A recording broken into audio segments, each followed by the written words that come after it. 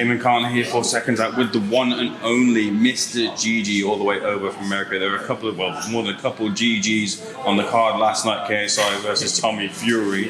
First of all, let's get to yourself. How are you doing, sir? I'm doing all right. Thank you for having me. It's a pleasure to have you. I had to tick this one off the list for myself. I wouldn't be doing this if it wasn't for you, as I mentioned last night. But let's get into it. First of all, the influencer scene, something that you told me you've been keeping an eye on. How much of it have you been following? I think I've been following since like the first Misfits card, honestly, because it just kind of drew my attention right away. I think YouTube boxing in general kind of swept everyone's attention right away. So I've been keeping up with Misfits specifically, been following all the storylines, following a lot of the fighters. So when the Prime card came out, I was definitely excited to see what's going to happen. Are there any thoughts in your mind about getting into the ring yourself? You're a big guy. I imagine you could throw some hands. Have you ever thought about it? You know, I did. Do you are you familiar with Creator Clash? Yeah, of course. Yeah, IW's promotion. Yeah. So when Creator Clash first put out, this is for Creator Clash 2, I believe. They put out a tweet saying, "Hey, any influencers want to box? DM me." I sent them a DM. Right. I was ignored, left on red. I understand. There's bigger creators out there. Makes total sense. You know, you want to make the most money. Totally get it. But I was willing to do it. Like, had they responded, you probably would have saw me in a ring, beat somebody. Who would you wanted to be in the opposite corner to you? I don't know if I'm going to make any saucy call-outs or anything. Plus, I don't know who's going to be. I don't know who the hell's in my weight class, to be honest. I'm in such an awkward weight. I feel like I could drop significantly. So there's no one I really hate out there, got any bad blood against that I want to knock out. But I'll take anybody. Let's delve straight into the card from last night. First of all, before we head to the top, obviously headlined by two major main events. Was there anyone on the undercard that you were particularly watching out for as well? Undercard, yeah, for sure. I was really looking forward to Slim and Salt and Dean and Wally. Those were two big fights that I wanted to watch. I like most of the card pretty much in general. I was looking forward to, but those were two big fights I really wanted to see the outcome of. Both those fights really matched their expectations going into it, especially Dean and Wally, which was a blockbuster from start to finish, and then Slim and Salt, which ended viciously for Salt Papi. Let's get your breakdown of the fights. First of all, Dean and Wally, what did you see? I think Dean made sure that he didn't want to leave any doubts anymore, you know, because the first match was a bit controversial. Waleed knocked him down a ton of times, and then he came through at the end. So this one was assuring everybody, hey, I'm the one. Waleed is not, and that's that. And it was a great fight. Loved it. Do you think the fight could have been stopped a little bit earlier, potentially, for Waleed? He was taking a bit of punishment there. I think he was able to. He was taking a bit of punishment, but I think he was still showing some signs of fighting there. It wasn't going to go anywhere, but no, I think it's not the right time. That rivalry has been settled for now. Who knows? There might be a trilogy down the line, but Slim and Salt, as I mentioned, ended viciously. Not a lot of people were expecting it to end that sort of way, especially with Salt Papi dominating for the first two rounds. How surprised or shocked were you that it ended that way?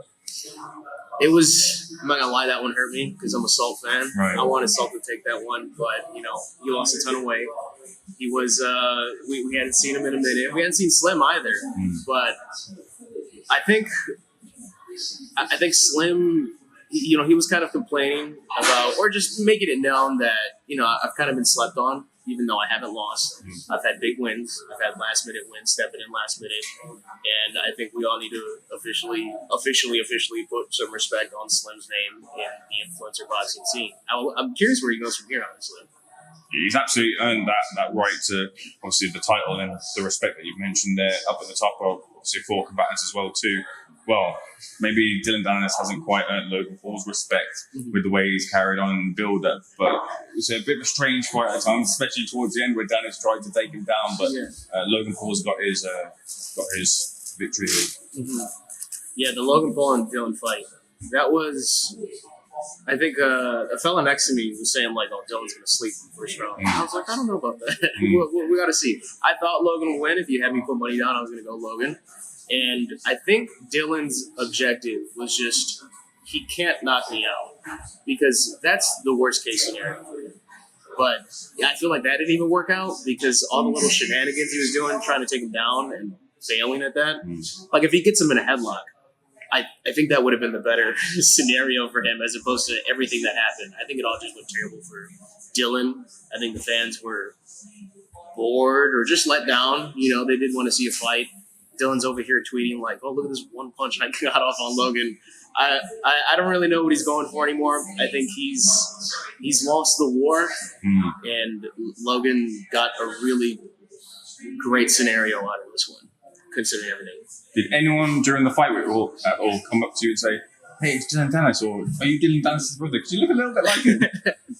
No, I can confirm no one coming up to me. No, absolutely not. Fair enough. What's next for Logan Paul, do you feel, potentially then? Look, he's talked about going back to WWE and he'll keep doing that. He's going to challenge Rey Mysterio, it seems, in terms of in the influencer sphere, maybe avenging his brother's defeat to Tommy Fury. That could be something, especially with how the KSI fight ended.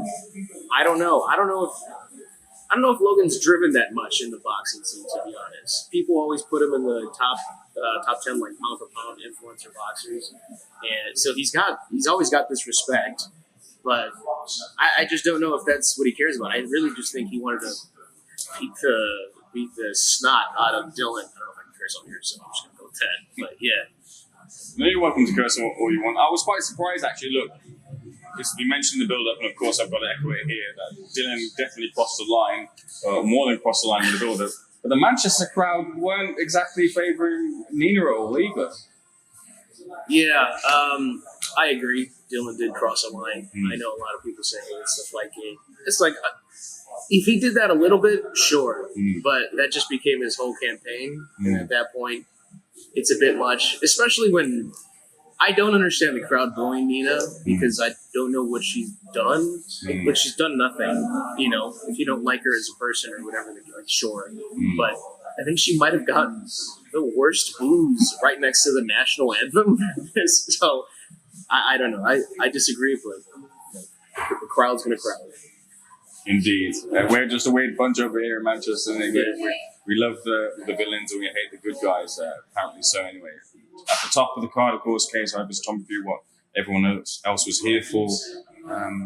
Look, I think KSI seemed to hang in there and prove something, but didn't get the victory that he wanted. Yeah, I agree with that.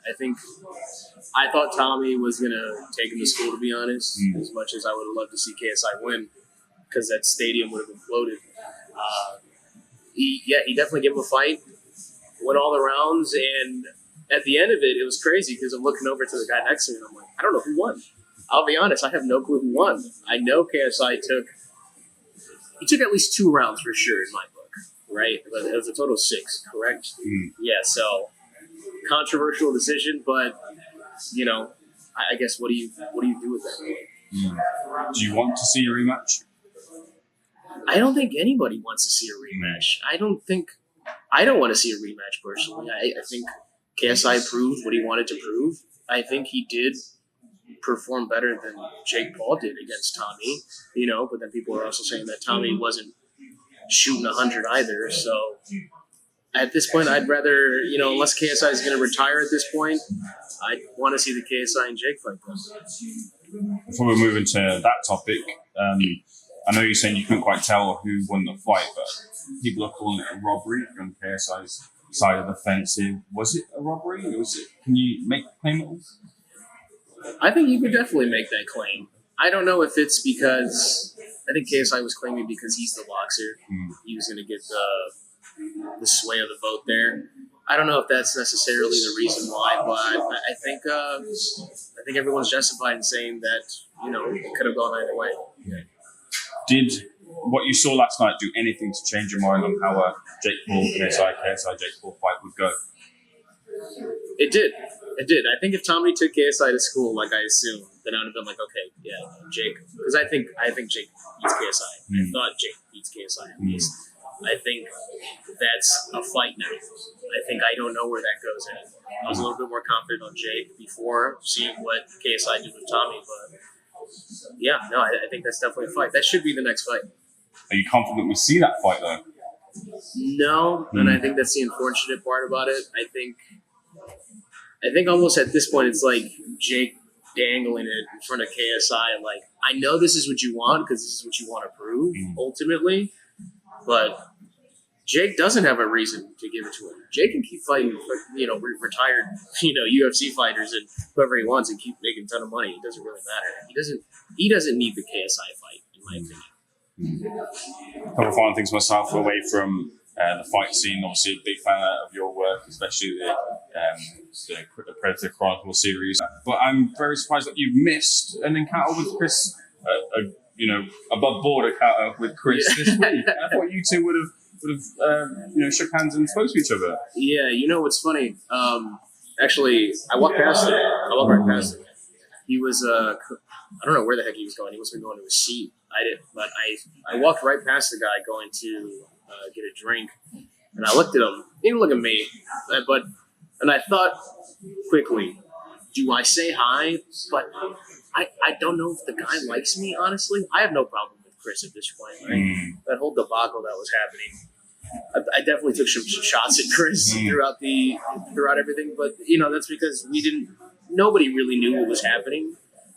But at this point, I think it was mainly his little accomplice that he had with him that was causing a lot of issues. But I don't have a problem with Chris at this point. I think it's just a bit of a meme, honestly, to me. I don't know if he feels that way, though.